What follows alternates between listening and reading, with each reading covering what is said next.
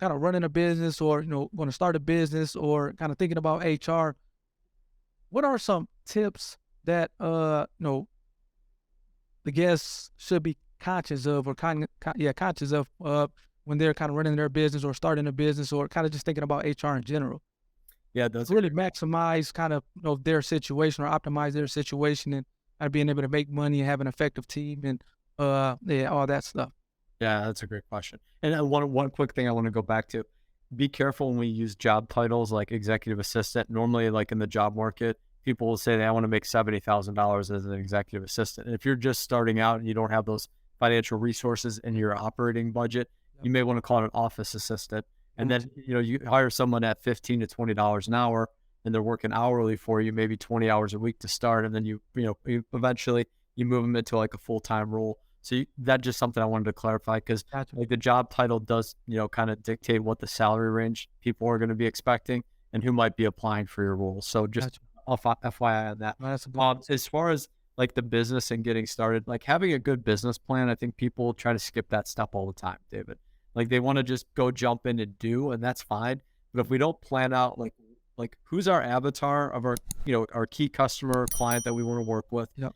what's our product offering or what are we selling and why should somebody work with us? Like knowing our competitive advantage, I think is super important.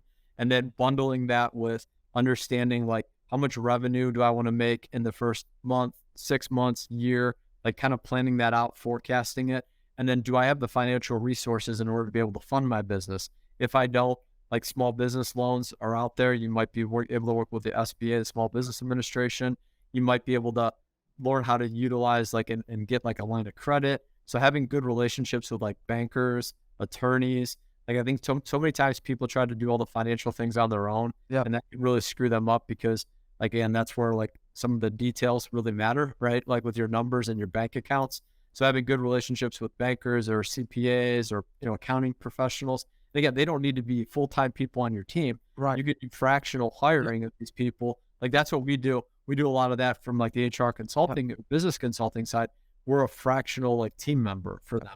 Again, we're the way we work, we do things on like retainer, like an attorney does. Yep. So we're not your day-to-day point of contact, but you have like the boarded advisor, right? That you can use and pull in to your business. And I would say like mirror people that are already where you want to be in 5 years. Yep. Ask them questions, follow them on social media, maybe join a mastermind group. Like those things are going to propel you to what you want to do. There's a ton of free knowledge and content on podcasts like what David's Yep. doing with Everyday Investor. Yep. You can so listen to those things, get involved, write down your questions, like network with people. Again, don't be afraid to ask, hey, do you have a couple minutes that you can talk? Most people are going to tell you, I don't have time to talk to you because they don't want to give away anything for free. But if you find those people that will help you out and they care, like that's going to make a difference. And then I would say like just educating yourself, like listening to again, books or podcasts, like Good to Great's a great book by Jim Collins.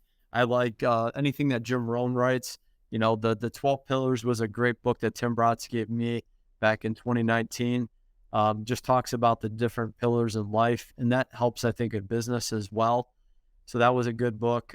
Anything that Simon Sinek writes, Start with Why, Leaders Eat Last. Like just arm yourself, like what you said, invest in yourself and put the skills and the time and energy and effort into being the best version of you that you can be, right? And again, we're all going to have good days and bad days. And being an entrepreneur or business owner, like David and I have talked about, it's Yeah. the up and down roller coaster. Some days, like, oh, like I'm doing great. This is a great day. And then other days, what did I just do, right? Absolutely. No, yeah.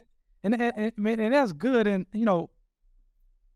I get excited about this stuff just because I'm learning. I'm still relatively young, and as I'm kind of going through life and kind of growing and kind of being in more of like, I don't want to say executive roles, but just kind of understanding things at on a deeper level. Well, I just learned about fractional CEO, and like you said, it's more of it would maybe pay you per hour, similar to like an attorney, and that can still be a way that you can get a lot of value to your company, so you can grow without having to necessarily pay a salary to an executive. You get executive level knowledge from a person without having to just pay a full salary. So that fractional CEO or COO or whatever, that's definitely something that I just recently found out about that appears to be very effective. So that was interesting that you uh, threw that out there. But I mean, I think one of the cool things for me is as I'm like interviewing different people, regardless of what field they're in, what industry they're in, you start to hear some of the same things. And I hope like the viewers and the audience really kind of picks up on this stuff. So, interviewing TJ Duckett, who Michigan State, All-American and, drafted first round by the Atlanta Falcons back in the early 2000s, played with Michael Vick, Warren Dunn down there. And he kind of talked about, just servicing others. You talk a lot about servicing and providing value to others to kind of really help you out in, your life in terms of whatever you're doing.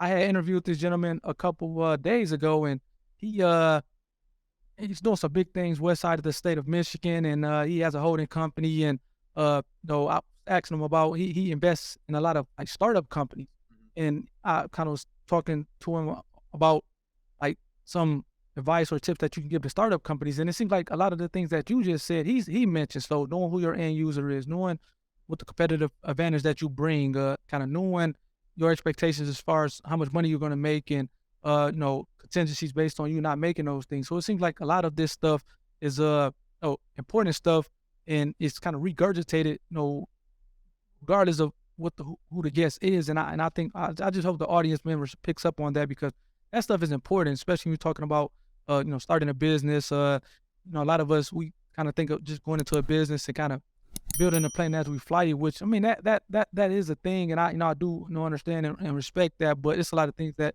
we can do on the front end to help us out when you're talking about having success and kind of being more or less on a fast track of success, and just some things that we can control. I'm always about control the controllables. These are things as far as that you should think about and maybe should implement on the front end before you start a business, or when you start a business, that you can control, that you should really put in place to like I said, just help you out as you're like